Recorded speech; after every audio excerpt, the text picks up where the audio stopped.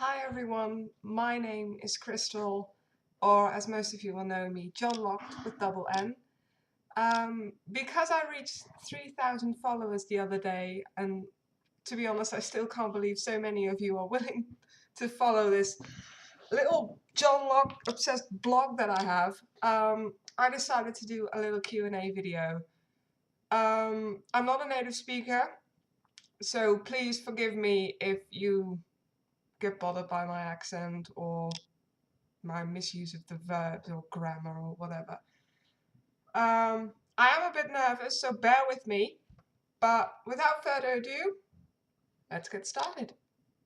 Okay, so the first question was sent by Baker Street Burlesque. What was your most fulfilling moment in medicine? As some of you know, I am a nurse. And I think my most fulfilling moment I ever had was during my internship. I was working in a hospital, a bit of ICU department, and there was a woman there who we knew she was dying. She wasn't going to make it, but it was always the question of when she was going to let go.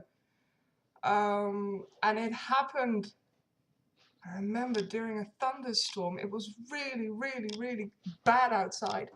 And her family lived over the border. They didn't live in the Netherlands. So we called them, we asked them to come over because we thought it would be over soon. But because of the weather, they couldn't make it in time, and my colleague and I were with her in the room, and my colleague was arranging the IV and the wounds and all the stuff she had to make sure that she was properly clean and everything. And I just sat with her. I just held her hand and talked to her as she quietly slipped away. She was alone otherwise. And yeah, I mean, that is an experience I will never, ever, ever forget in my entire life. I mean, we've been working there for about 2 months, so I was 18 years old. Yeah. Yeah, that is probably the thing that really confirmed it for me, that I wanted to be in healthcare, that I wanted to provide people with as much help that I could give them, even if it's just holding someone's hand or listening to them in their final moments, or even just when they're feeling alone or when they just want to share something with you. I mean, that's far more important than, sure, the other stuff is important too, but you get what I mean, I think. Good question. Uh, God, now you made me think all back to that day. It was a really hard internship, but really satisfactory at the same time. I'm glad I did it. I'm glad I experienced it. I will never forget the experience in my entire life. And yeah, thanks for asking. So for the next question, when or how did you first hear about BBC Sherlock? And a follow-up, when did you start shipping John Locke? Both these questions are asked by Neptune Centauri. I had surgery. I was at home for 2 weeks, couldn't do anything. So I was reading a lot. I was watching TV a lot. And coincidence will have it that I just read The Hound of the Baskerville, the original story. And I was flipping channels one day and I suddenly heard Baskerville. And I was like, hey, Sherlock Holmes, a detective story. I like those. So I continued to watch it.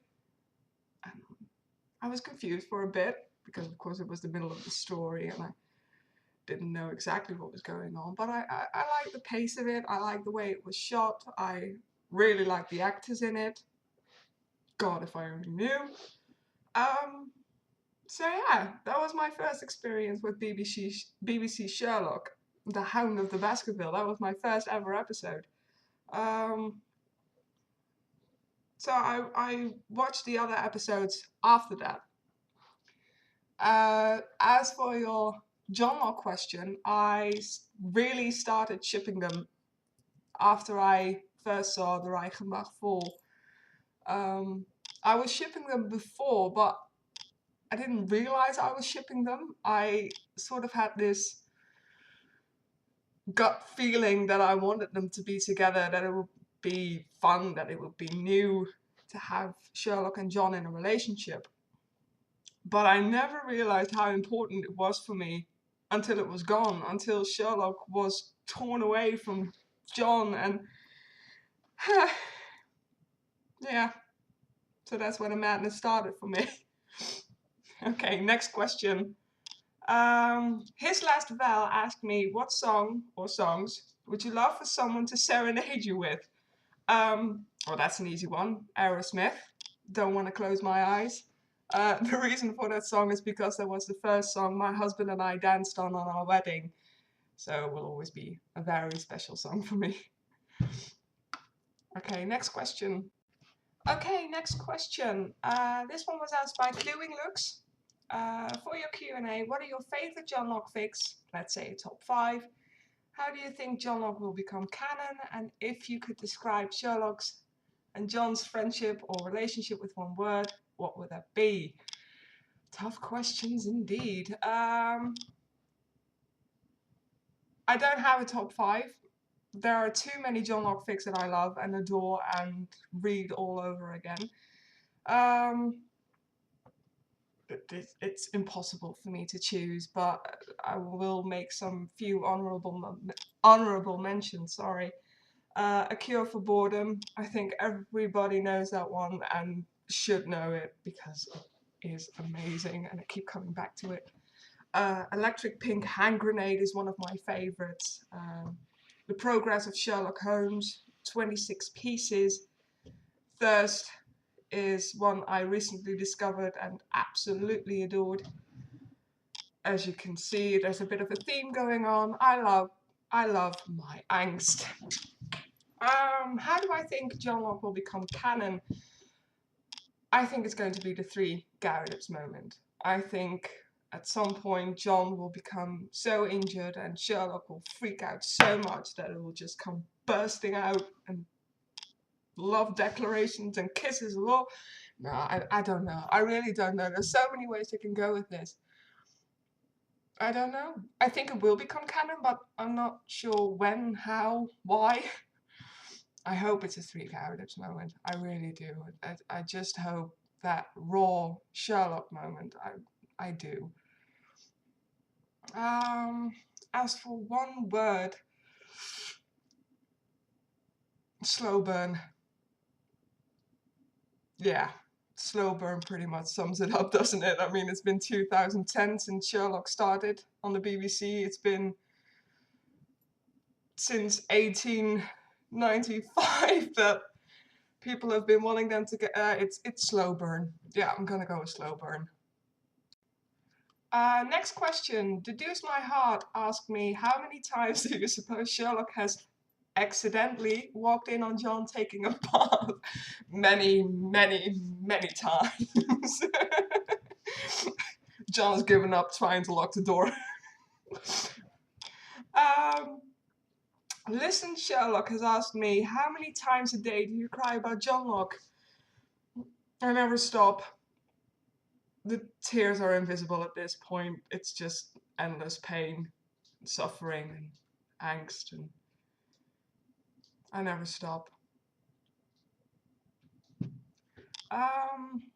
Next question. What's your favorite Sherlock episode and why? The Reichenbach.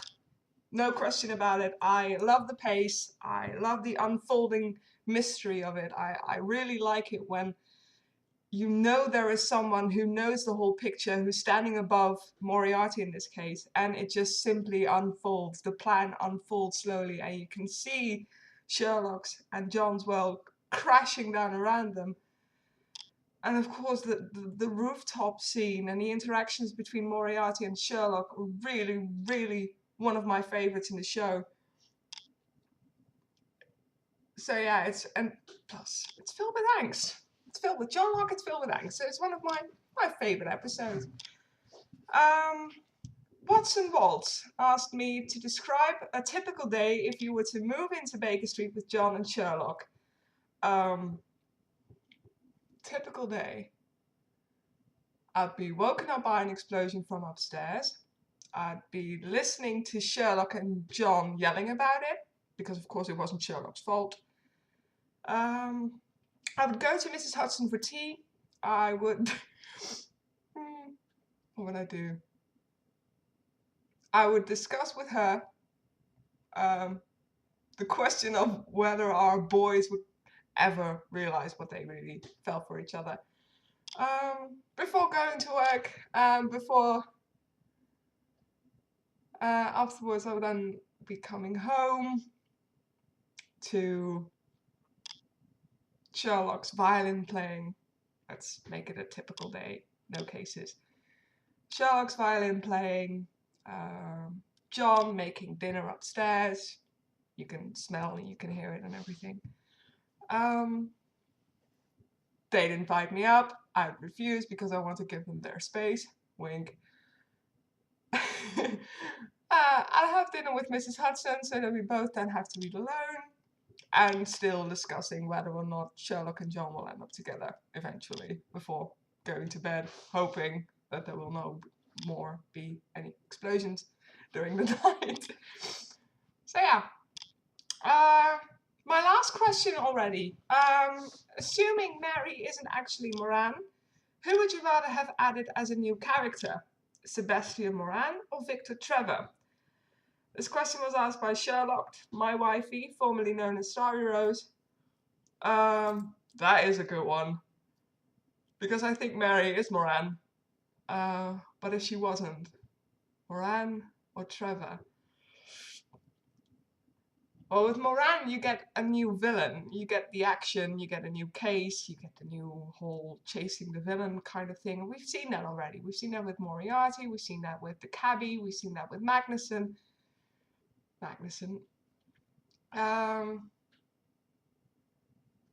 But we really haven't seen Sherlock's past in that way.